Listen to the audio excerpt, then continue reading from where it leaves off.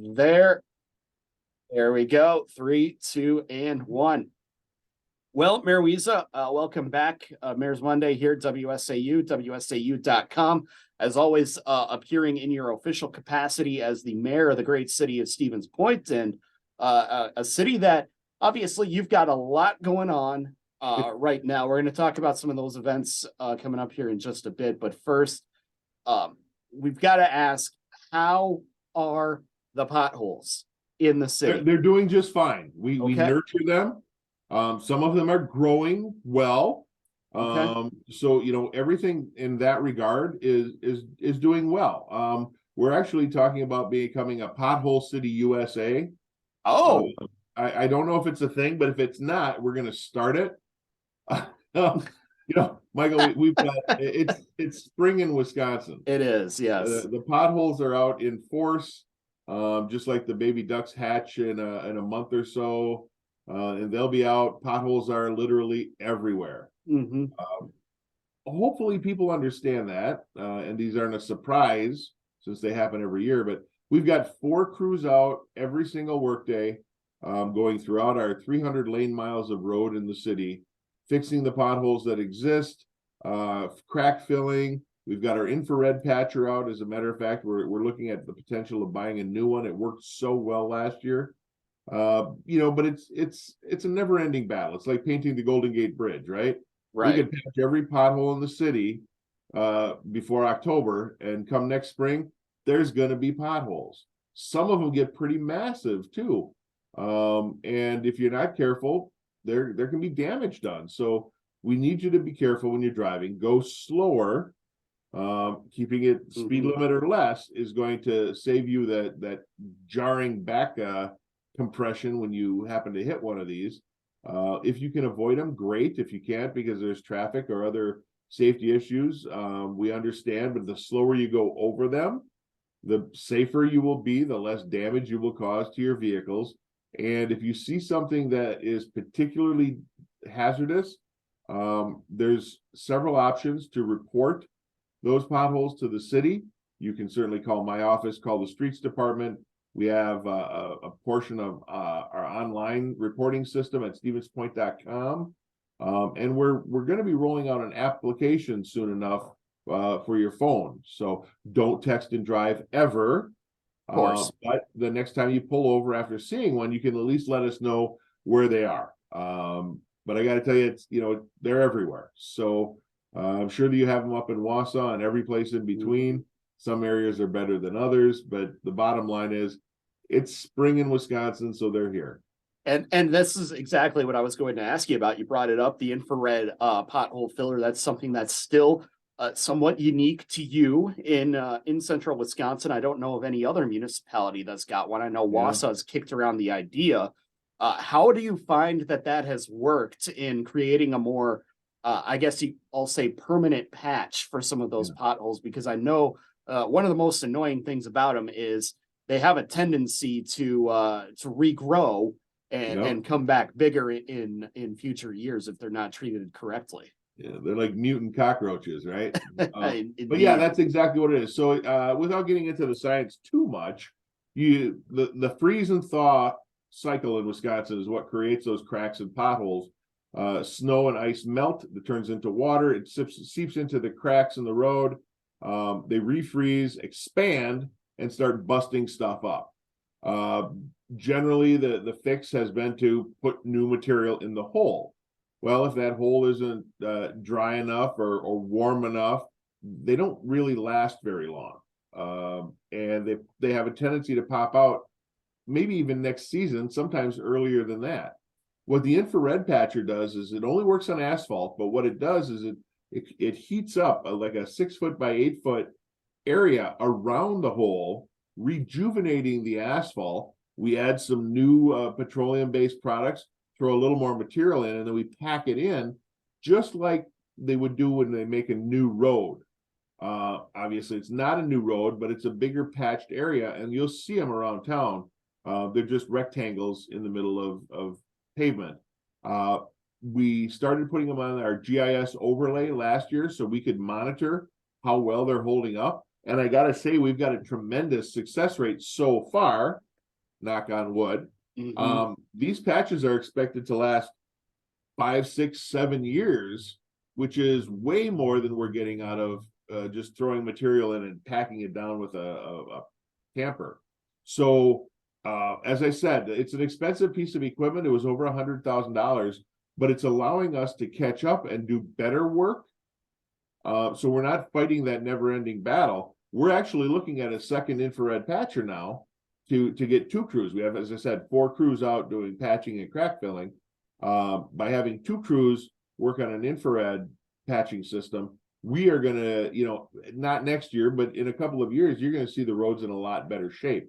So I would encourage anybody who is interested. We've got some videos online that show how it works. And boy, if Mayor Katie wants some information, she knows who to call. Absolutely. And then you mentioned the app. That's something that's pretty interesting. Are you going to be able to just pull up a street view of Stevens Point and kind of drop a pin, I think is what the kids say these days, to say, hey, right here's a spot where you got to watch. How old are you, Michael? That's what the kids say. You sound like an old guy already. 30, going on 37. So okay, well, you're not far off, but similar to that, yeah. So we have the thing online. If you go to stevenspoint.com, you can just type in an address that it's nearby. But the app is going to let you do it on your phone, and it works off of your location finder. So you can also edit it if you happen to be in front of or standing at the pothole. You can even take a picture of it. It'll drop that pin, and we send it in, and our streets department ideally will get it on the list of potholes to fix. Of course, we have to go through and prioritize it and make sure that our crews aren't running from one side of town to the other just to fix complaints. We want to do it systematically. So we're working on a policy to get that in place. It's not terribly active right now, but we'll be marketing it out soon enough. Sounds like an absolutely fantastic idea. We're always trying to do things better, faster, more efficient, cheaper cost. That's kind of the story of everybody. So now, and to go way back, we now say that there's an app for that. I remember the first, there just like there's an app you can put on your iPhone that you can throw your phone up in the air and then it will tell you how far up in the air you threw your phone and how fast. Wow, that is so useful. It will not, however, cover the damage to your phone if you happen to drop it.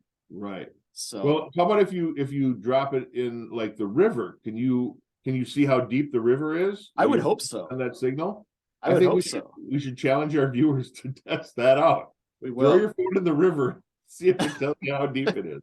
Don't do that. Don't do only after you tell us where the potholes are. But what you do is you leave your phone on in the pothole, and then we can find it that way through your phone tracker. Right. Yeah. There's an app for everything these days. Yeah. So there is not an app. There's an Easter egg app. Yeah, is there? I don't know. You tell me. You're the one that's hiding them right now. I think we should do that. Like you could geolocate Easter eggs. We're gonna work on that. But until then, right now we have our Easter scavenger hunt. So we started that during COVID, where we have clues that we hide, not eggs. They're in the shape of eggs, but it's not your traditional Easter egg hunt. It's more of a scavenger hunt, and it helps you explore some of our cool parks. Tons of great prizes, and this one it started March 24th. It goes through April 9th, and you get a clue. You find the first clue, that'll lead you to the next clue, and so on until you find the last egg. And you take a photo and you submit it with your name and your age and a phone number to parksandrec@stevenspoint.com, and you can win prizes. There's tons of prizes. Skyward was a generous donor. I'll give you the first clue. It's available on our website. But the first clue is Stevens Point is called the gateway to blank. This type of tree played a specific and significant role in the development of the area. Find the 4 trees that create a gateway to the first egg. And that's the clue. So if you want to come down, I got it. If you want to come down and hunt that first clue, I got it. We can do that. I'm not going to give it away, but I think I got it. I wouldn't give it away. You could sell it. But while you're Right. doing that, and that's fun for the whole family, even adults. Mhm. It's a pretty fun area. Anyway, you're not busy on April 8th. That's Saturday before Easter. At 10 a.m. on the public square downtown Stevens Point, we are going to have our traditional Easter egg hunt. We've got over 10,000 eggs that are filled with something. Some are candy, some are coupons for free kids meals. There are some small toys in some of them. Ice cream from Baskin Robbins, ice cream from Dairy Queen, Chili's is in there. We've got a lot of businesses locally that have donated prizes. Those are all going to be hidden or stuffed in those eggs. And we have 3 age groups, 3 and under, 4 to 6, and 7 to 8. So at 10 o'clock on Saturday, April 8th, we'll be downtown in the square and we'll let people find those eggs. We have, through the generous donations of Trevor Plasky at South Point Restaurant and Dave's Body Shop, and Larry over at Larry's Helping Hand, they donated some bikes. So 8 children are gonna, I was gonna say walk away, but they'll probably ride away on some donated bikes. So it's a fun time for the family. And then when you're done with that, there's several area businesses downtown that are having specials, whether it's a brunch or maybe an activity. I know the Easter Bunny is gonna be downtown, so there's Hassenpfeffer if you're interested. Nothing. I got nothing with the Hassenpfeffer. No, you got nothing. But that's your Easter for downtown Stevens Point. Absolutely.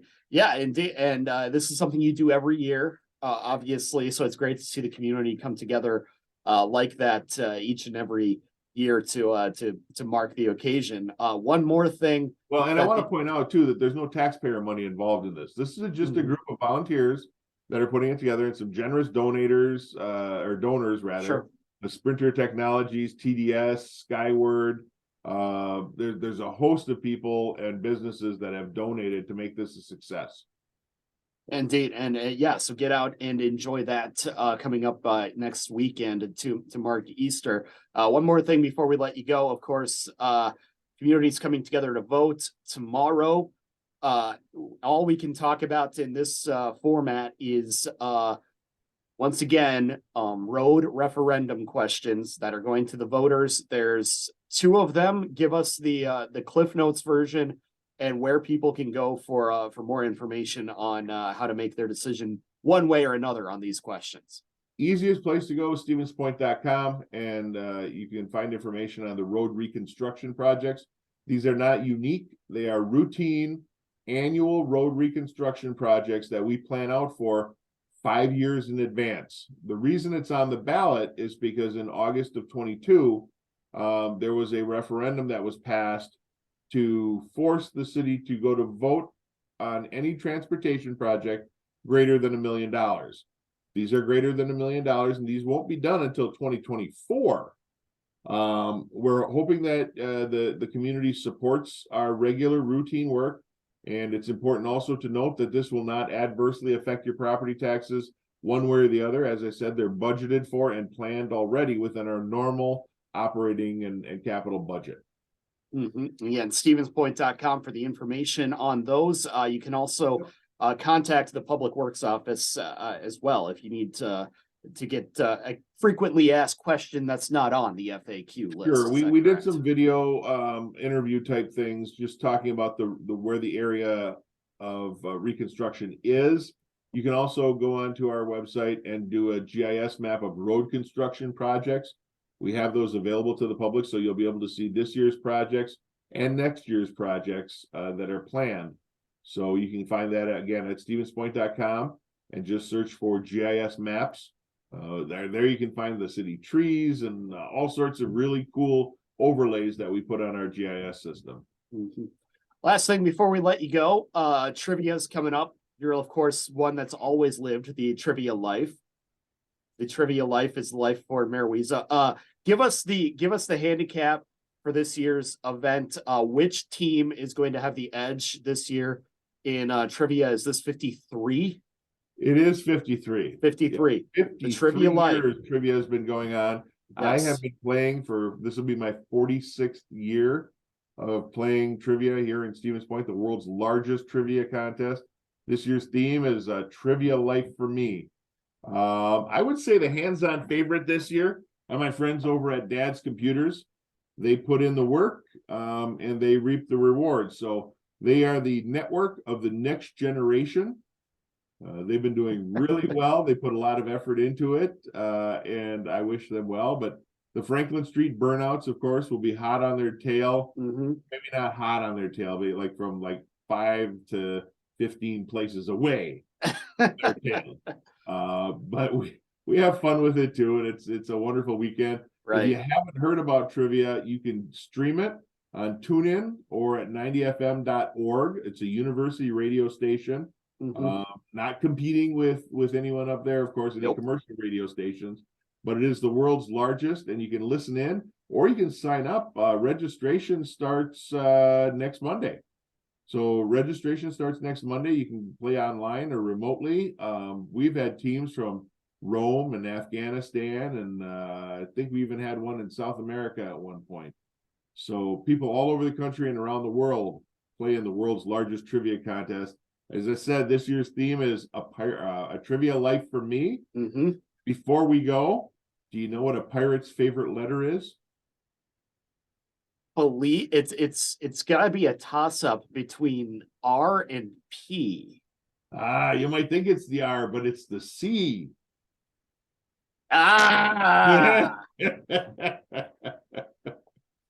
Yeah.